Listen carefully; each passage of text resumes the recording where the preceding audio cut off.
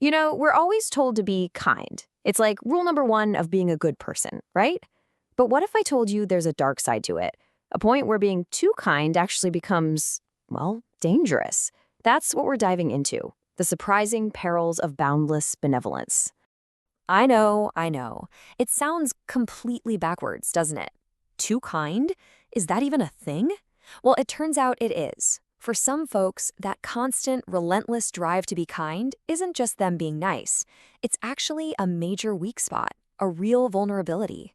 Okay, so let's start with the basics. Of course, kindness and being agreeable are good things. They're the social glue that holds everything together. Our friendships, our families, society itself. We look up to selfless people, don't we? We admire them. But, there's always a but, what happens when that impulse just doesn't have an off switch? And that's where we have to dig a little deeper than just, being polite or having a nice personality. For a lot of people, being agreeable all the time isn't really a choice they're making. It often comes from somewhere else, something much more primal, and usually they don't even realize that's happening. And this brings us to this crucial idea of the peacekeeper persona. Think about it. If you grew up in a place where you constantly had to walk on eggshells, manage other people's emotions, or just keep things from blowing up, well, being agreeable isn't a personality trait anymore. It's a survival mechanism. It's a tool you learn to use to keep yourself safe. And here's the kicker, right here in this quote. That phrase, at a great personal cost, that's everything. Because this survival strategy, it isn't free. There's a price to pay. And you're the one paying it by constantly pushing your own needs, your own feelings way, way down, all just to keep things calm on the surface.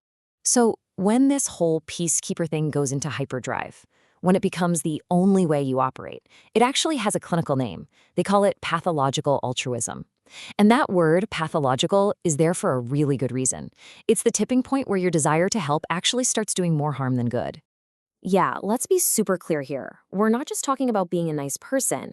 This is an unhealthy focus on everyone else, to the point where you completely disappear from the equation. And the craziest part is, your acts of kindness can end up backfiring, hurting not just you, but sometimes even the people you're trying so desperately to help.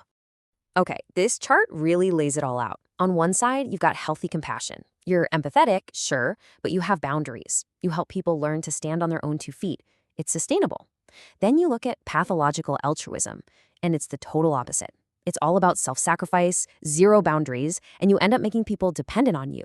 And guess what that leads to every single time? Burnout. And we need to talk about the cost of this unchecked compassion, because it is brutal. We're not talking about a small price. It's this slow, grinding erosion of who you are. On the outside, it might look noble, like you're some kind of selfless hero. But what's really happening is a quiet, subtle form of self-destruction.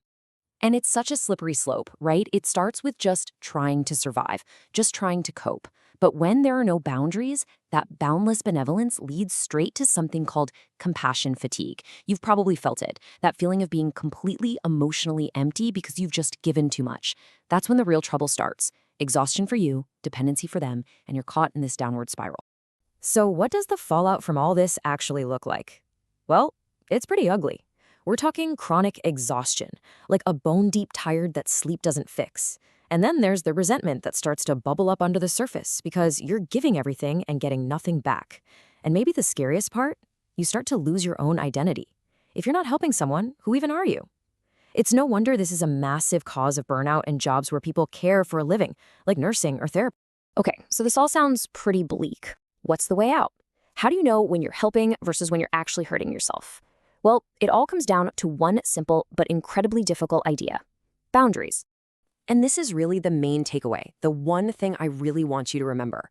You can be the most benevolent, kind-hearted person on the planet, but if you don't build some walls, healthy boundaries to protect that kindness, it's going to eat you alive. And listen, setting a boundary isn't selfish, it's survival.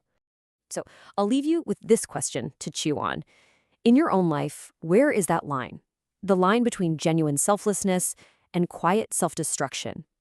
Figuring that out isn't just about self-care. It's about figuring out how to be kind for the long haul without burning yourself out in the process. Thanks for sticking with me for this one.